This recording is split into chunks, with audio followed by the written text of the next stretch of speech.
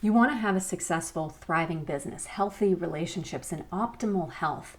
And no matter how much mindset work you do, no matter how many seminars you go to, and decades of talk therapy that you've done, you still sabotage the very thing you say you want. Maybe you push away the people who love you, or you attract chaos when all you want is stability. Or you say you want success, but when it starts happening, you procrastinate, you play small and dim your light, and you pull the brakes hard. Most people will say this is a worthiness issue, and while that might be part of the picture, it's not the whole picture. What if I told you that your self-sabotaging behaviors didn't even start with you? What if the root of your patterns go back generations to unhealed pain of your parents, to your grandparents, and even your great-grandparents, and possibly even further back than that? And what if the reason nothing else has worked is because you've been trying to heal your own pain when the pain that really needs to be healed isn't even yours? Hi, I'm Jess, for those of you who are new, and in this video, we're going to explore the connection between ancestral trauma and self-sabotage. And I'll break down the science of how trauma is passed down, and I'll share 3 real stories from clients who I've worked with who sabotaged love, business, and health, and how everything finally changed for them when we addressed the inherited trauma. So if you've done all the things and you still feel stuck, this might be the missing link. I want to thank you for your time and attention, and let's dive in. In my opinion, self-sabotage is not a character flaw, and it's not a lack of discipline, and it's not just about a lack of self-worth. Self-sabotage is rooted in your subconscious mind. It's about survival and belonging. Self-sabotage is an unconscious behavior pattern. You may be aware that you're doing it, but the root of it lies within your subconscious mind and even in your very DNA. Your subconscious was shaped by the beliefs, the pain, the survival strategies of the people who came before you. And this is what we call inherited ancestral trauma. Now, you might be carrying ancestral trauma if you experience things like chronic anxiety or a fear that just doesn't really make sense to you. Maybe you feel blocked in business no matter how hard you work, or blocked with money. Maybe money comes and then it slips through your fingers. Or you experience dysfunctional relationship dynamics that just keep repeating. Maybe you have health symptoms that just won't heal no matter what you do, or you experience these really intense emotions that seem bigger than just yours. And sometimes even different forms of mental illness can be linked back to ancestral trauma. Now that deserves an entirely different video, so I'm not going to get into that today. It can also feel like you're trapped living someone else's life, because in a way you kind of are. Now let's talk about the science, because I know there's people out there that's like, give me the science. So trauma doesn't just live in our memories. It leaves these chemical marks on our body, and it alters our genes and how they express themselves. And it changes your brain, it changes your hormones, and it changes your stress response. And these changes get passed down from one generation to the next. There was a study of mice that were trained to fear the smell of cherry blossoms. And what happened is they paired that smell with an electric shock. And the children and grandchildren of these mice also panicked when they smelled cherry blossoms, even though the grandchildren and children had never been shocked. You see, Holocaust survivors and their children were found to share the same trauma-related gene expressions. And babies born to 9/11 survivors had the same stress markers in their blood as their traumatized mothers. This is called epigenetics, and it means trauma is inherited in the body and passed down through the generations. Trauma lives in your DNA. You know, a lot of people's self-sabotaging behaviors can be connected to something called hidden loyalties. These are unconscious bonds that we form within our family system. Even though you're not conscious of this, it can sound like, you know, I can't be happier in love than my mother, or I can't succeed or make more money than my father did. You know, my sibling died young, and who am I to live a full life? My grandmother was abused, and who am I to feel safe in my body? The subconscious mind doesn't care about your goals. It cares about you belonging, and it wants you to stay connected to the family because it cares about your survival. Because being connected ensures your survival. And this is a very primitive part of the brain, and it wants you to belong to the group.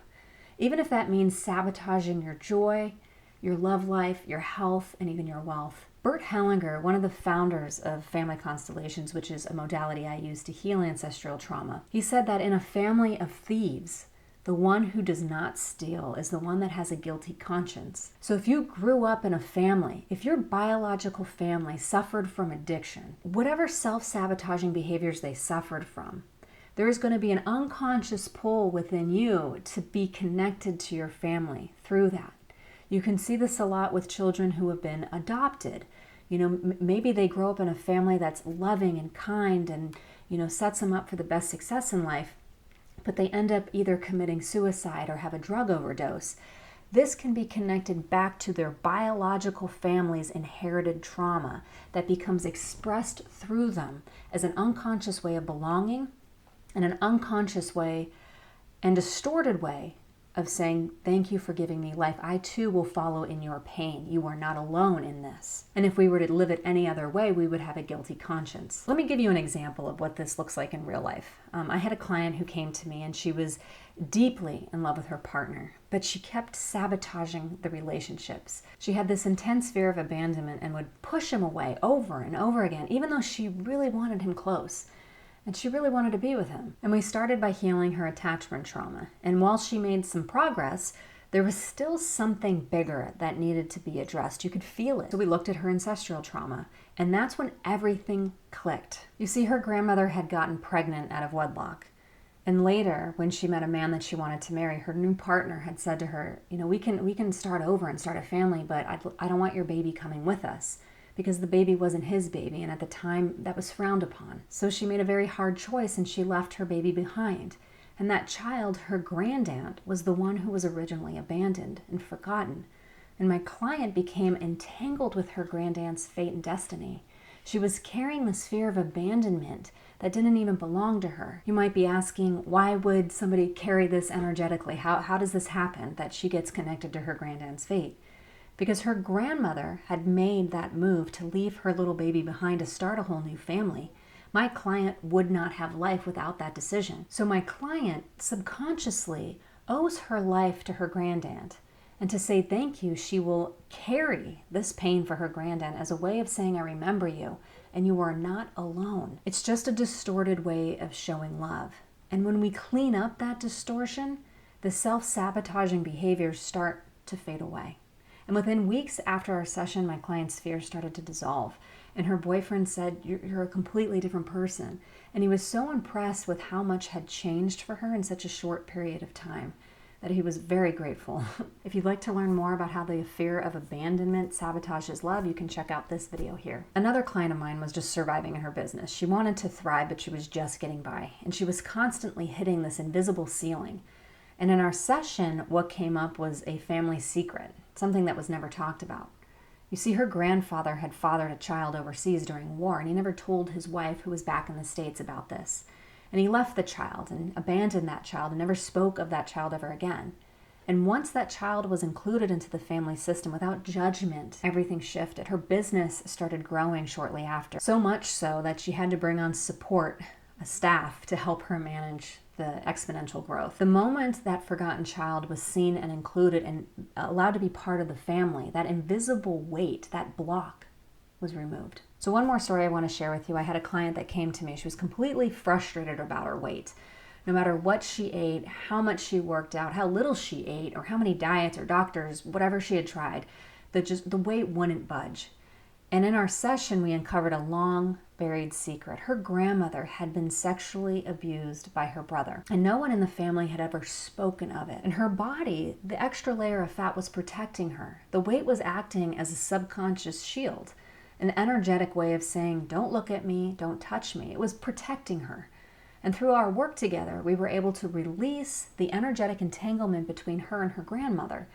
That's when her body finally started letting go of that weight. And she said she finally felt like she was shedding grief, not just pounds. So what might look like self-sabotaging behavior on the surface is often a smoke signal asking us to help heal this ancestral pain, asking us to include maybe someone who is forgotten or excluded, asking us to reveal these secrets that finally are ready to be revealed. Now, some of you are thinking, Jess, I don't know my ancestral history. I don't know what happened to them. It's okay. You don't need to know what happens. This work has a way of revealing what needs to be revealed so that these blocks can be removed from your life. If you're still carrying the burdens of those who came before you, you'll keep running into the same patterns, wondering why you keep self-sabotaging. Once you start to include the excluded, the aborted child, the exiled grandfather, the forgotten first love, or the hidden second family, The list goes on. The unconscious patterns and the self-sabotaging behaviors can begin to dissolve. This work isn't about blaming your family. It's about giving the pain a place so that it doesn't have to keep echoing through the generations. It's about cleaning up the distortions of love. Because when you heal, you don't just do it for yourself. You're doing it for your parents, you're doing it for your ancestors, your children, and everyone that comes after you. You are the turning point in your lineage if you choose to be. So if you've tried everything and nothing's worked, maybe you've gotten small improvements, but nothing really big has moved. Maybe there's something deeper holding you back, and it might not just be yours. And that's where this work begins. If you're curious about what's really driving your patterns, if you're ready to explore the hidden loyalties or unconscious entanglements within your family system, I invite you to schedule a complimentary 15-minute Zoom call with me. The link is in the description below. Please share this video with somebody that you feel is self-sabotaging so that they can get the help that they truly need. And follow me, and together we can eliminate subconscious self-sabotage.